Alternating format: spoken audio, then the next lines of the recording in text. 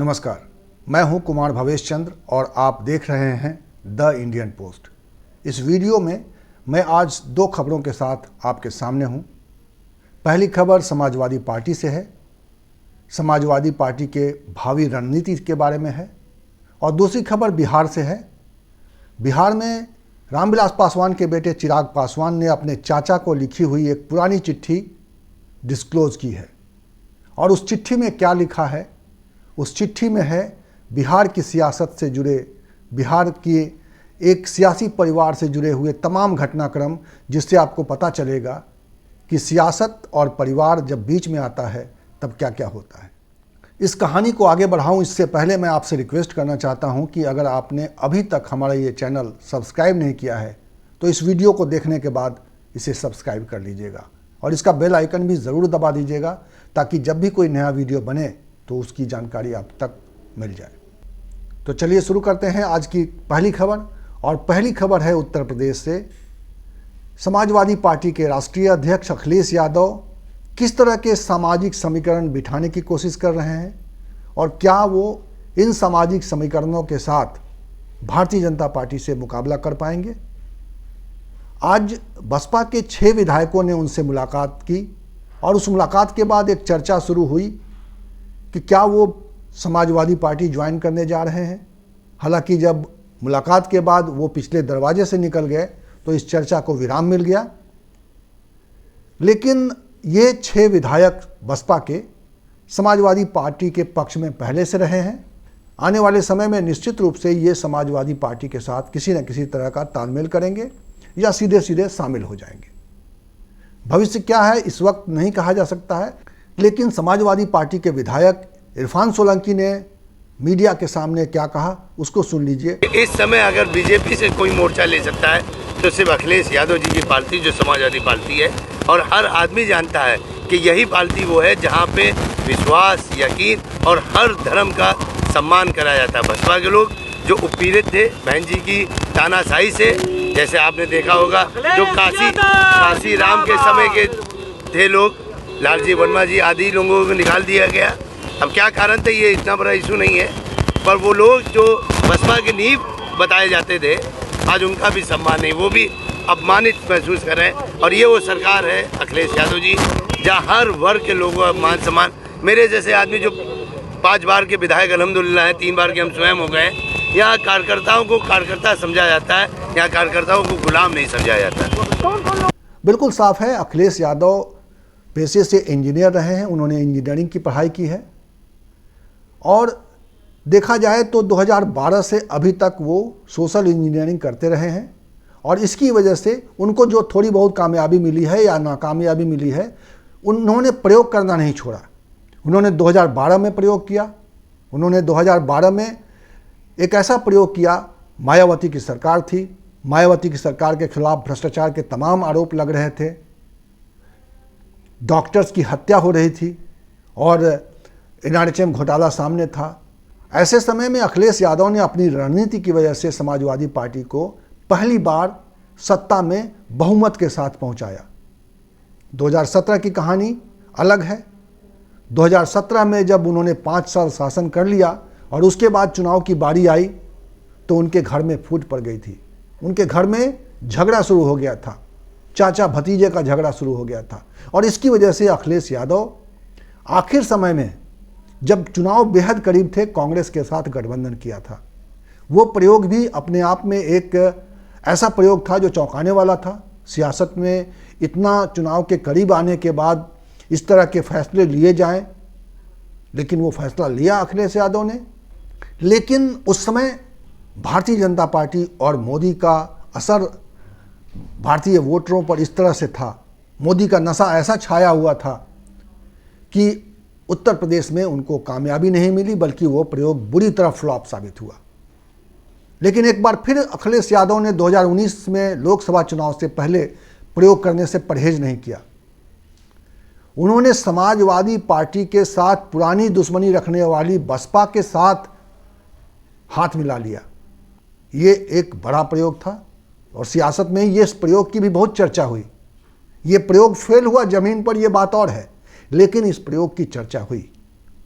और शायद इसीलिए 2022 से पहले भी उम्मीद की जा रही है कि अखिलेश यादव किसी नए प्रयोग के साथ मैदान में आने वाले हैं और वो उस प्रयोग की तैयारी कर रहे हैं। उस प्रयोग को जब वो लॉन्च करेंगे तब पता चलेगा कि ज़मीन पर, उत्तर प्रदेश की ज़मीन पर किस तरह के सियासी हालात हैं, किस तरह के चुनावी हालात हैं, कौन कहाँ खड़ा है।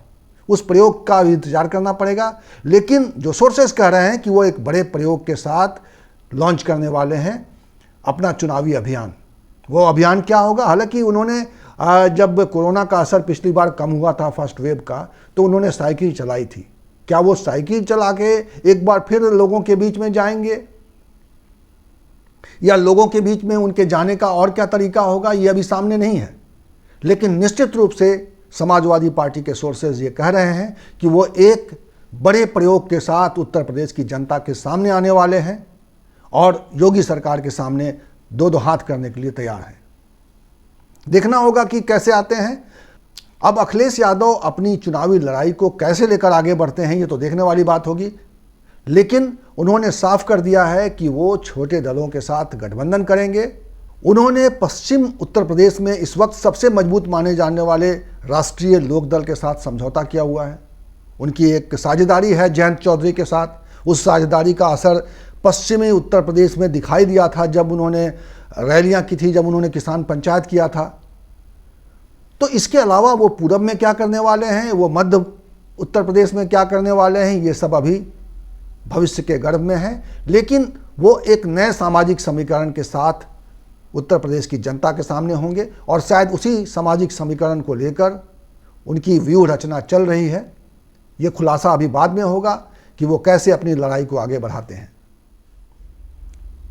और अब बढ़ते हैं अगली खबर की ओर। अगली खबर बिहार से है।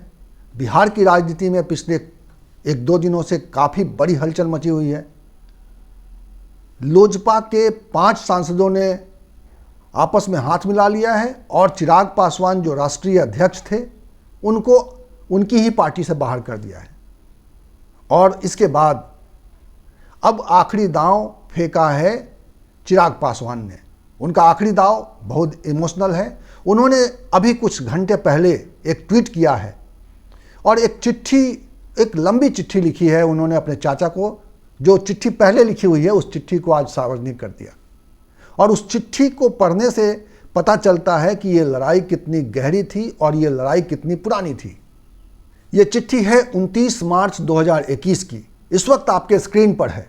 और उन्होंने अपने चाचा जी को एक चिट्ठी लिखी है, जो पशुपति पारस को उन्होंने जो चिट्ठी लिखी है उसमें जो डिस्क्रिप्शन है उसमें उस समय से जब रामविलास पासवान अस्पताल में थे, जब उनकी हालत अच्छी नहीं थी और उनकी सेवा में लगे हुए थे चिराग पासवान, उस वक्त परिवार के अंदर किस तरह की बातचीत चल रही थी, क्योंकि उस समय चुनाव सिर पर थे बिहार के और बिहार के चुनाव में कैसे जाया जाए, किस रणनीति के साथ जाया जाए, ये फैसला पिता और पुत्र ने मिलकर तय कर लिया था। वो नीतीश कुमार के साथ नहीं जाना चाहते थे, वो नीतीश कुमार से अलग हटकर लड़ाई लड़ना चाहते थे, अलग हटकर चुनाव लड़ना चाहते थे। और उनका आकलन था कि अगर अलग रह के चुनाव लड़ा गया तो उनको एक फ़ायदा मिल सकता है। और शायद उसी रणनीति के तहत चिराग पासवान ने अपनी पिता की मृत्यु के बाद उनके अभियान को आगे बढ़ाया, लेकिन उनको चुनाव में नाकामयाबी मिली। इस चिट्ठी में उन्होंने पूरा ब्यौरा लिखा है कि किस तरह से परिवार के भीतर अंदरूनी किस तरह से लड़ाई चल रही थी।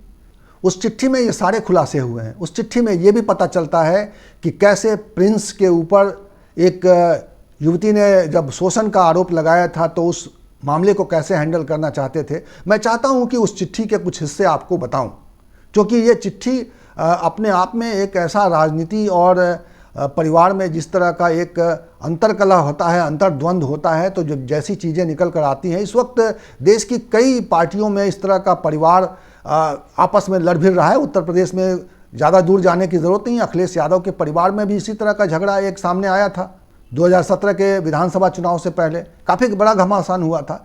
तो इस चिट्ठी में भी उसी तरह की एक दिलचस्प बातें हैं, कुछ इमोशनल बातें हैं, उसको समझने की ज़रूरत है। 6 पन्ने की चिट्ठी में जिस तरह से चिराग पासवान ने एक एक बात को बड़े डिटेल्स में रखा है, वो अपने आप में पूरी कहानी को बड़ी दिलचस्प बनाती है। और ये चिट्ठी होली के दिन लिखी गई है 29 मार्च 2021 में। उन्होंने लिखा है कि आज होली के दिन मैं यह पत्र इसलिए लिख रहा हूँ क्योंकि पापा के बिना यह पहली होली है जिसमें हम सब साथ नहीं हैं। जब तक पापा थे इस त्यौहार को हम लोग खूब धूमधाम से मनाते थे, पर अब उनके यहाँ नहीं रहने पर शायद ही हम कभी वैसी होली दोबारा मना पाएँ। इस पत्र के लिखने से पहले आपसे मिलकर बात करना चाहता था। खालिक साहब और सूरज भान जी ने कई बार प्रयास किया कि यदि कहीं कोई समस्या है तो उसे साथ बैठकर सुलझा लिया जाए, लेकिन आपकी तरफ से कभी कोई सकारात्मक जवाब नहीं मिला, जिसके परिणाम स्वरूप आज सारी बातें इस पत्र के माध्यम से आपको लिख रहा हूं। तो इस तरह का पत्र में साफ पता चलता है कि ये कितनी पुरानी लड़ाई थी और अंदर से दोनों अलग अलग धारा में चल रहे थे। दोनों साथ दिख रहे थे, लेकिन ये साथ मार्च से पहले यानी रामविलास पासवान की मृत्यु से के आसपास उसी समय से ये आपसी विवाद परिवार के अंदर मन की खटास शुरू हो गई थी। और कई बातें इन्होंने लिखी है इस चिट्ठी में। चिराग ने लिखा है कि 2019 में रामचंद्र चाचा के निधन के बाद से ही मैंने आप में बदलाव देखा है और आज तक देखते आ रहा हूँ। चाचा के निधन के बाद प्रिंस की जिम्मेदारी चाची ने मुझे दी और कहा कि मैं आज से ही प्रिंस के लिए पिता समान हूँ और मुझे इसके भविष्य को बेहतर करने की जवाबदेही है। रामचंद्र चाचा के नहीं रहने के कारण पापा और मम्मी भी बहुत दुखी रहने लग गए थे। प्रिंस को आगे बढ़ाने के लिए उसको प्रदेश अध्यक्ष की जिम्मेदारी मैंने दी ताकि आप सबके सामने ही प्रिंस पार्टी को बढ़ा पाएं और बिहार में अपने पांव जमा लें। मेरे इस फैसले से सभी लोग खुश हुए। मुझे विश्वास था कि प्रिंस को मिली नई जिम्मेदारी से आप भी संतुष्ट होंगे और प्रिंस के लिए खुश होंगे, परंतु उस वक्त मुझे पीड़ा हुई जब आप इस फैसले के विरोध में नाराज हो गए और आपने प्रिंस को मिली नई जिम्मेदारी के लिए उसे शुभकामना देना भी उचित नहीं समझा। पापा चाहते थे कि मैं पार्टी के लिए और समय दूं, जिसके लिए उन्होंने मुझे पार्टी का राष्ट्रीय अध्यक्ष बनाने का निर्णय लिया। आपने इस फैसले पर भी अपनी नाराजगी जताई। जिस दिन मुझे राष्ट्रीय अध्यक्ष बनाया गया, आप सिर्फ 5 मिनट के लिए आए, प्रस्तावक बने और चले गए। उस दिन पापा कार्यक्रम के बाद बहुत दुखी थे। मेरे अध्यक्ष बनने के बाद आपने घर आना जाना कम कर दिया। मुझे मिली नई जिम्मेदारी के बाद मैंने बिहार फर्स्ट बिहारी फर्स्ट की यात्रा की शुरुआत की। इसका उद्देश्य था कि मैं पूरे बिहार का भ्रमण कर बिहार की छोटी बड़ी समस्या को समझकर पार्टी के विजन डॉक्यूमेंट का हिस्सा बनाऊं। इस यात्रा में बिहार के लोगों का अभूतपूर्व साथ और प्यार मिला। पार्टी के सभी सांसद, विधायक और कार्यकर्ता इस यात्रा से काफ़ी खुश थे। मैं चाहता था कि इस यात्रा में मुझे आपका भी आशीर्वाद मिले, परंतु आपने पूरी यात्रा से दूरी बनाए रखी। तो ये एक इमोशनल चिट्ठी आई है चिराग पासवान की ओर से। अब इस चिट्ठी की राजनीतिक प्रतिक्रिया होगी, क्योंकि परिवार के तमाम झगड़े अब बाहर आ चुके हैं। पशुपति पारस का चिराग पासवान के प्रति क्या व्यवहार रहा है, ये अब पब्लिक डोमेन में आ गया है। और अब इस पूरे मामले में पशुपति पारस क्या कहते हैं, ये देखने वाली बात होगी। क्या इसका कोई रिएक्शन आएगा? जिस तरीके की एक इमोशनल चिट्ठी चिराग पासवान ने लिखी है, क्या इसका असर कार्यकर्ताओं पर होगा? अब देखना यह है कि बिहार की राजनीति में ये पत्र क्या भूचाल मचाता है। यह लोजपा तक सीमित रहता है या इसका प्रभाव दूर तक निकलता है। इस वीडियो में इतना ही। इसी तरह की खबर, इसी तरह की चर्चा और इसी तरह के विमर्श के साथ मैं आपके सामने फिर आऊँगा। तब तक के लिए नमस्कार।